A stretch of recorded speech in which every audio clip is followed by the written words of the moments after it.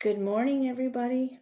I'm getting ready to start the chapter 15 of Because of Winn-Dixie. Here we go. The Herman W. Block Memorial Library's air conditioning unit didn't work very good, and there was only one fan. From the minute me and Winn-Dixie got in the library, he hogged it all to himself. He lay right in front of it and wagged his tail and let it blow his fur all around. Some of his fur was pretty loose and blew right off of him like a dandelion puff. I worried about him hogging the fan, and I worried about the fan blowing him bald.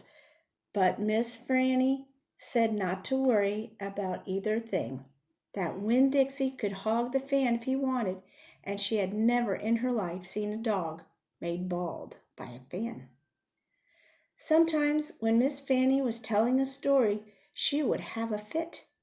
They were small fits, and they didn't last long. But what happened was she would forget what she was saying. She would just stop and start to shake like a little leaf. And then what happened? When Dixie would get up from the fan, sit right at Miss Franny Block's side. He would sit up tall, protecting her, with his ears standing up straight on his head like soldiers. And when Miss Franny stopped shaking and started talking again, Winn-Dixie would lick her hand and lie back down in front of the fan. Whenever Miss Franny had one of her fits, it reminded me of Winn-Dixie in the thunderstorm. There were a lot of thunderstorms that summer. And I got real good at holding on to Winn-Dixie whenever they came. I held on to him and comforted him and whispered to him and rocked him, just the same way he tried to comfort Miss Franny when she had her fits. Only I held on to Winn-Dixie for another reason, too. I held on to him tight so he wouldn't run away. It all made me think about Gloria Dump. I wondered who comforted her when she heard those bottles knocking together, those ghosts chattering about the things she had done wrong. I wanted to comfort Gloria Dump, and I decided that the best way to do that would be to read her a book. Read to her loud enough to keep the ghosts away. And so I asked Miss Franny, I said, "Miss Franny, I've got a grown-up friend whose eyes are going on her, and I would like to read her a book out loud. Do you have any suggestions?" "Suggestions?" Miss Franny said. "Yes, ma'am, I have suggestions. Of course I have suggestions. How about Gone with the Wind?" "Well, what's that about?" I asked. "Why," said Miss Franny, "it's a wonderful story about the Civil War." "The Civil War," I said. "Do not tell me you've never heard of the Civil War." Miss Franny Block looked like she was going to faint. She waved her hands in front of her face. "I know about the Civil War," I told her. "That was the war between the South and the North over slavery."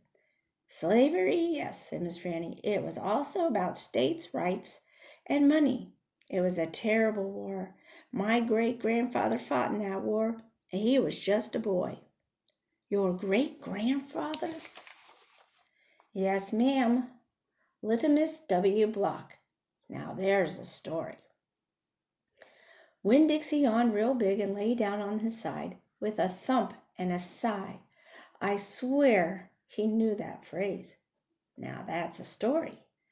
And he knew it meant we aren't going anywhere real soon. "Go ahead and tell it to me, Miss Franny," I said, and I sat down cross-legged next to Winn-Dixie. I pushed him and tried to get him to share the fan, but he pretended he was asleep, and he wouldn't move. I was all settled in and ready for a good story when the door banged and a pinch-faced Amanda Wilkinson came in. Winn-Dixie sat up, stared at her.